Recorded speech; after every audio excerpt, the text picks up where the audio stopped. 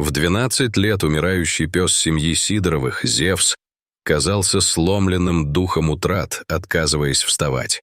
В тот вечер, когда они вернулись из ветеринарной клиники, на заднем сиденье лежал их Веймаранер, неподвижный и безжизненный.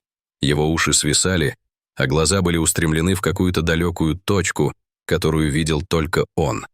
Госпожа Сидорова выключила двигатель и сделала долгий тяжелый вздох. Она повернулась к Зевсу, ее голос едва доносился до слуха. «Не могу поверить, что они снова выписали его. Они сказали, что ничего серьезного».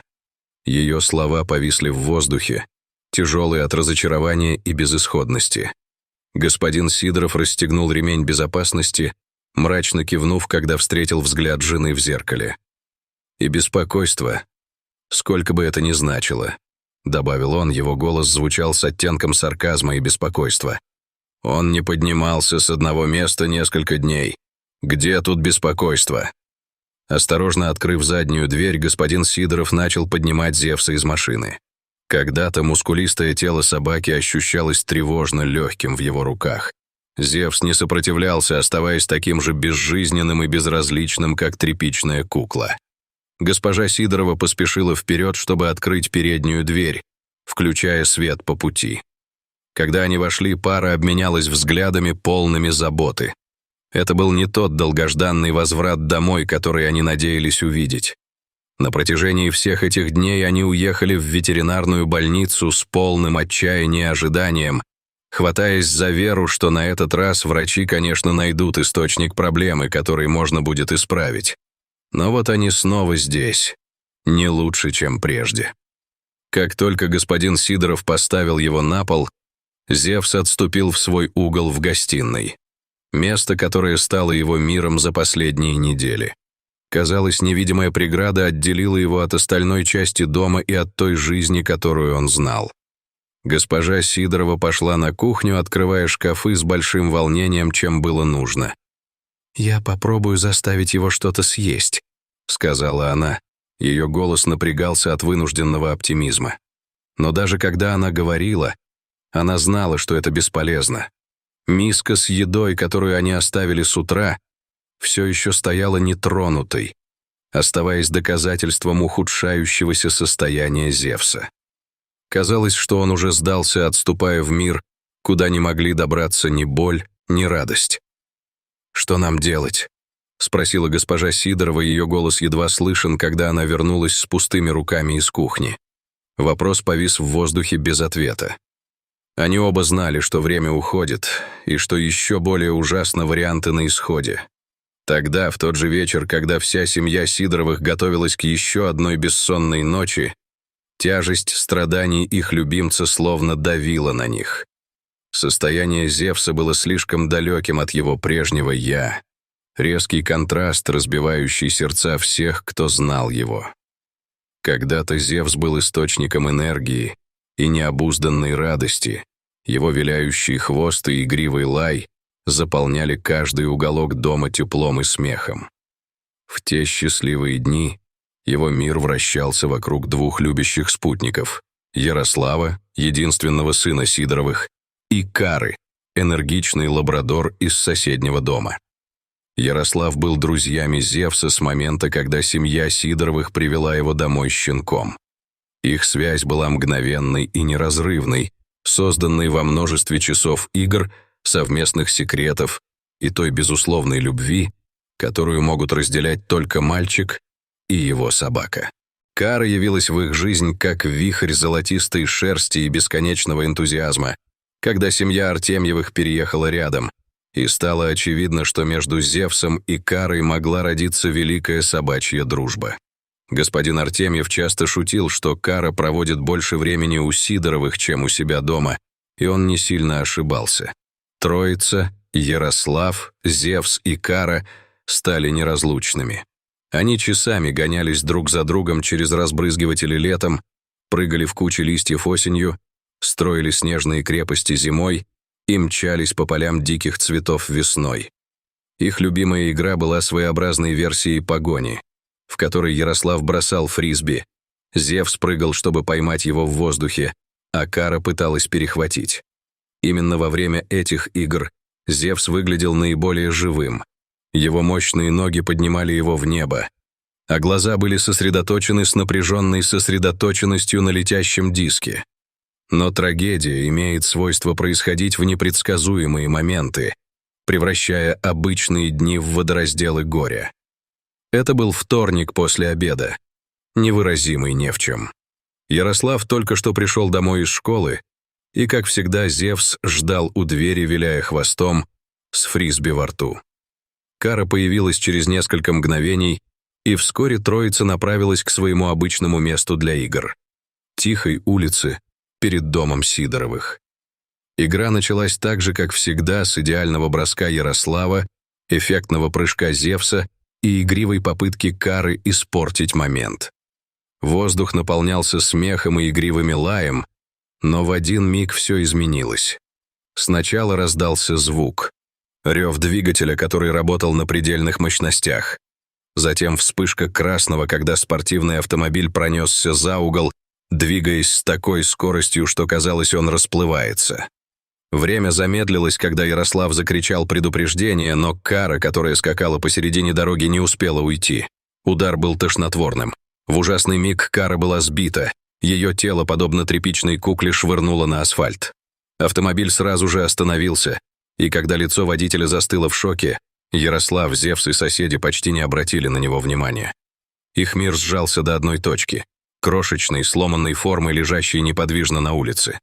Кара пережила первый удар, но вскоре стало очевидно, что жизнерадостная собака, которую все знали и любили, пропала.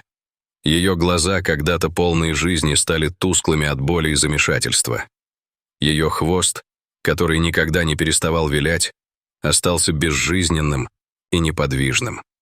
Когда господин Артемьев бережно поднял Кару в свою машину, чтобы срочно отвезти ее к ветеринару, Зевс издал печальный вой, который казался эхом горя и шока, охватившего всех присутствующих.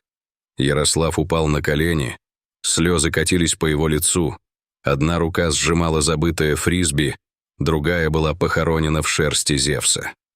В тот момент беззаботные дни игр и смеха показались отодвигающимися, подобно отливу, оставляя за собой бесплодный берег скорби и утраты. Несмотря на лучшие усилия ветеринаров и бесконечную любовь, которую им подарили Ярослав, Зевс и обе семьи, состояние Кары ухудшалось. Травмы, полученные в результате аварии, были слишком серьезны, оставляя ее в ужасной боли и беспокойстве, особенно ночью. С течением дней, превратившихся в недели, становилось все более ясным, что страдания Кары становились невыносимыми. Ее игривые глаза теперь утратили лишь боль и замешательство. Она скулила ночью, не в силах найти утешение даже во сне. Семья Артемьевых, особенно господин Артемьев, который вырастил Кару с щенячьего возраста, стояли перед невозможным выбором. Одним мрачным вечером, после еще одного дня, наблюдая, как Кара борется, они сели обсудить непрекращающиеся страдания. «Думаю, пришло время», — сказал господин Артемьев, его голос дрожал. «Ветеринар сказал, что она в постоянной боли. Это неправильно держать ее в страданиях». С тяжелыми сердцами Артемьевы приняли ужасное решение усыпить Кару, избавив ее от дальнейших мучений. Они назначили процедуру на следующее утро, дав всем шанс попрощаться. На следующее утро, окруженная теми, кто любил ее больше всего, Кара мирно уснула. Однако Зевс остался дома. Несмотря на все их усилия объяснить, Сидоровы знали, что Зевс не может по-настоящему понять величие произошедшего. И так началась одна из самых душераздирающих глав в жизни Зевса. В последующие дни его поведение изменилось кардинально. Он стал беспокойным, бродя по дому и двору, его нос постоянно был прижат к земле, как будто он искал что-то или кого-то. Но именно его действия каждое утро в действительности показывали его неспособность принять отсутствие Кары. Каждый день, как по расписанию, Зевс занимал свое место у передней двери в точно то время, когда Кара привыкла приходить. Его уши поднимались на каждый звук, хвост виляя в ожидании.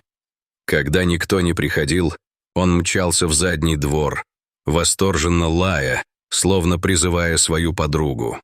Эта рутина продолжалась часами. Крики Зевса эхом раздавались по окрестностям. Соседи останавливались в своих делах, их лица выражали сострадание к опечаленному псу. Господин Артемьев, услышав крики Зевса, часто вынужден был забраться в свой гараж, не в силах вынести напоминание о собственном горе. Ярослав пробовал все, чтобы отвлечь Зевса, предлагая его любимые игрушки, стараясь вовлечь его в игры, даже пытаясь соблазнить угощениями. Но Зевс оставался сосредоточенным на своем бдении, ожидая друга, который никогда не вернется. С течением дней, превращающихся в недели, его ежедневный ритуал продолжался, хотя время постепенно сокращалось. Его лая становилось все реже, но, как ни странно, они становились более печальными. Казалось, он медленно понимал, что на его зов никто не ответит, но не мог полностью это принять. Когда лето сменилось осенью, дневные наблюдения Зевса наконец прекратились. Но вместо того, чтобы обозначить возвращение к нормальности, это казалось признаком более глубокого отступления в скорбь. Зевс становился все более вялым, проводя все больше времени в своей постели. Его взгляд был устремлен на какую-то далекую точку, как будто он видел мир, который не мог воспринимать никто другой. Как будто утрата кары была недостаточна. Мир Зевса продолжал рушиться неожиданными способами. Ярослав, когда-то постоянное присутствие в жизни Зевса, стал проводить все больше и больше времени вдали от дома. Сначала изменения были незаметными. Более длительные часы в школе, проведенные у друзей выходные, и растущее увлечение своим телефоном и компьютером. Господин и госпожа Сидоровы заметили изменения как у Ярослава, так и у Зевса. Они пытались заполнить образовавшийся разрыв, побуждая сына проводить больше времени со собакой. Но Ярослав проходил через подростковые годы, время перемен и самопознания, которое оставляло мало места для простых радостей детства. А Зевс, чувствуя перемену, казалось, снова замыкался в себе. Затем пришло известие, которое стало последним ударом для уже хрупкого мира Зевса. Однажды вечером, когда вся семья сидела за ужином, Ярослав поделился своими новостями с едва сдерживаемым волнением. «Я попал!» — воскликнул он, размахивая письмом. «Меня приняли в университет Торонто!» Как только родители Ярослава заполнили комнату поздравлениями, Зевс почувствовал перемену энергии. Он поднялся и подошел к Ярославу, положив голову ему на колени, как делал бесчисленное число раз до этого. Ярослав рассеянно погладил Зевса за ухом. Его мысли уже спешили вдаль, полные ожиданий о новых приключениях. Вслед за тем, как подготавливались сумки, заполнялись формы, и длинные разговоры по телефону проводились с далекими родственниками в Торонто, которые помогали Ярославу устроиться. Дом погружался в суету. В этой неразберихе Зевс цеплялся за одно единственное ритуал, который все еще связывал его с Ярославом — их вечерние игривые схватки. Каждый вечер, когда день подходил к концу, Ярослав уделял несколько драгоценных минут, борясь с Зевсом на полу в гостиной. Эти моменты стали для Зевса спасательной нитью, единственным временем дня, когда все в его мире казалось правильным. Но вскоре пришел день, когда Ярослав должен был уехать. И Зевс чувствовал, что происходит что-то важное, но не мог понять, что именно или почему. Когда пришло время прощаний, Ярослав наклонился и крепко обнял Зевса. «Будь хорошим мальчиком», — шепнул он. Его голос был полон эмоций. И затем, в вихре последних объятий и обещаний позвонить, Ярослав исчез. Автомобиль выехал с подъездной дороги, и Зевс смотрел, как он исчезает в конце улицы. Его хвост опускался с каждой проходящей секундой. Прошлой весной, когда дни превращались в недели, и недели превращались в месяцы, семья Сидоровых обосновалась в новом ритме. Сцена сосредотачивалась на явном отсутствии Ярослава и растущей заботе о Зевсе. Когда-то живой Веймаранер, который был сердцем дома, теперь, казалось, исчезал на заднем фоне, став живым призраком своего прежнего «я». Физические изменения Зевса стали первым видимым знаком его ухудшающегося состояния. Его глаза, некогда яркие и настороженные, потеряли искру, стали тусклыми и рассеянными. Он проводил часы у окна или перед дверью, как будто ждал, когда Ярослав или Кара вдруг появятся. Возможно, самым беспокойным было снижение его аппетита. Собака, которая когда-то радостно прыгала к своей миске, теперь должна была убеждаться, чтобы съесть даже несколько кусочков. Госпожа Сидорова пробовала все. Новые виды корма, кормила из рук, даже добавляла вкусные начинки в еду с целью заинтересовать Зевса, но чаще всего еда оставалась нетронутой, напоминая о его ухудшающемся состоянии. Господин и госпожа Сидоровы с беспомощностью наблюдали, как их любимец, казалось, взрослеет за месяцы. Его мощное тело, созданное для бега и игр, стало худым и слабым. Даже простое действие подъема по лестнице казалось утомительным. Обеспокоенные быстрым падением Зевса, Сидоровы несколько раз брали его к ветеринару в течение нескольких месяцев. Каждый визит следовал схожему шаблону: тщательный осмотр, несколько основных тестов и затем озадаченная гримаса ветеринара. «Физически с ним не было ничего серьезного», — говорил ветеринар, просматривая карту Зевса. «Он показывает некоторые легкие недомогания, распространенные у пожилых собак, немного артрита, но ничего, чтобы объясняло его общее состояние.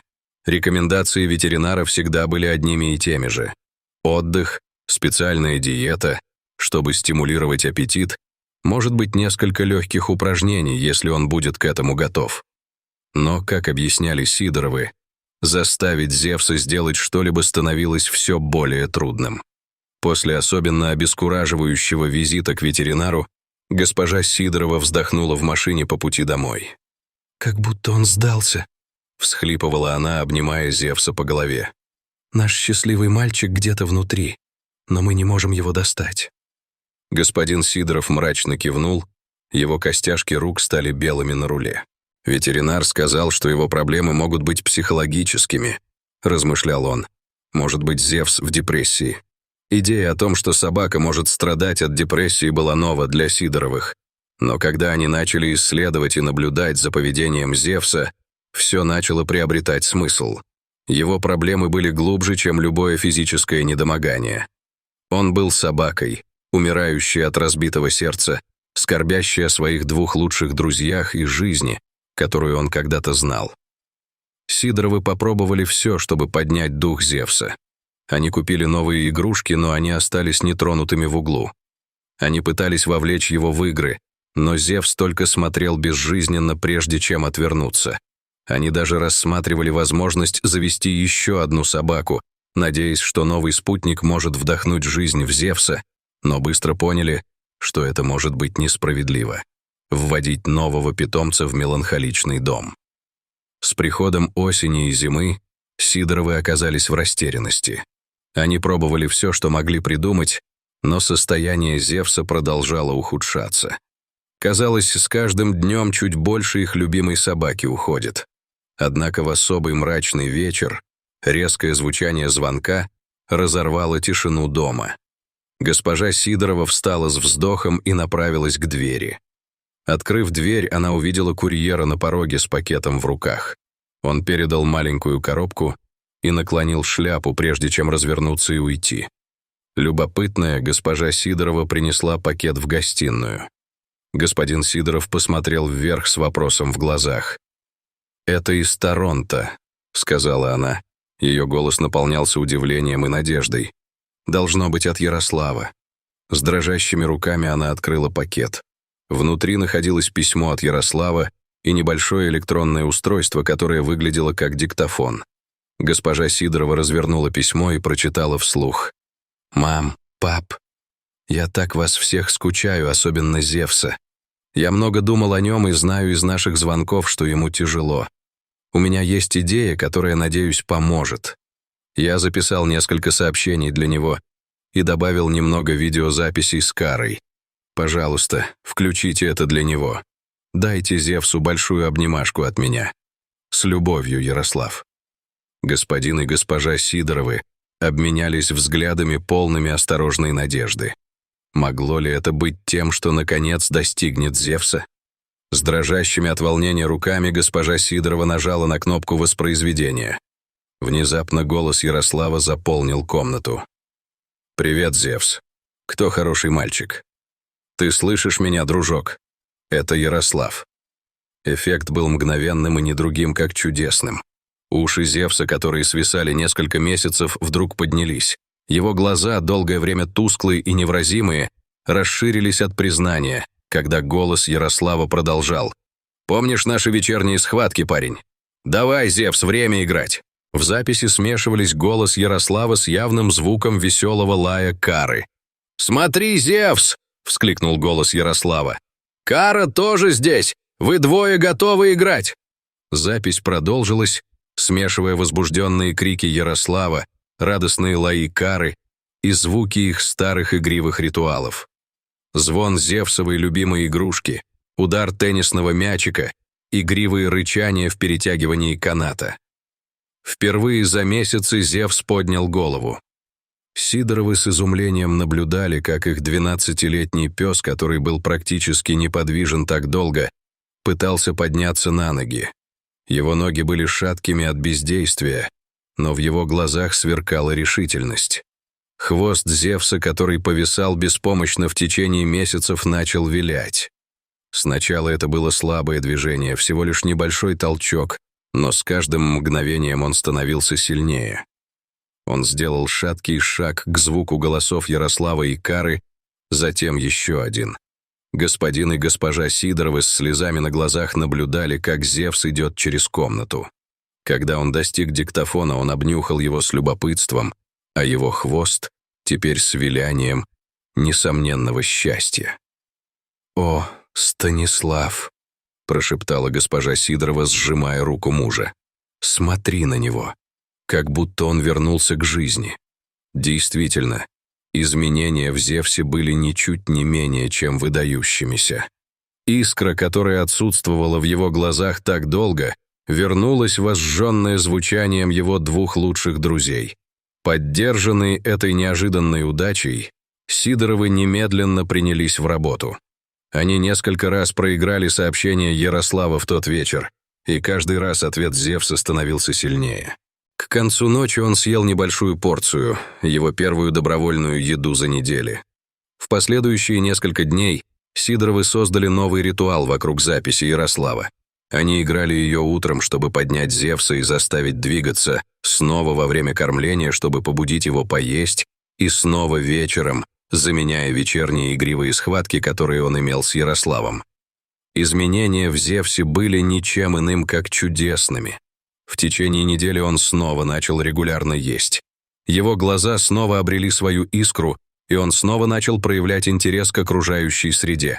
Вскоре он стал достаточно сильным, чтобы совершать короткие прогулки по блоку, его нос вытягивался, вбирая запахи, которые он игнорировал так долго. Вдохновленные этим поворотом, Сидоровы связались с Ярославом, чтобы установить регулярные видеозвонки. В течение месяца 12-летний умирающий пес, который отказывался вставать, вернулся к своему игривому, щенячьему существованию, и они не могли быть более счастливы. Путешествие Зевса от глубин депрессии до обновленной жизненной силы — это мощное напоминание о нерушимых узах между человеком и его собачьими спутниками. Его история показывает нам, что даже в самые темные мгновения любовь тех, кто нам дорог, может освещать путь обратно к радости и цели. Что вы думаете о замечательном выздоровлении Зевса? Вы когда-нибудь были свидетелями целебной силы знакомого голоса или звука в своей жизни? Поделитесь своими мыслями и переживаниями в комментариях ниже.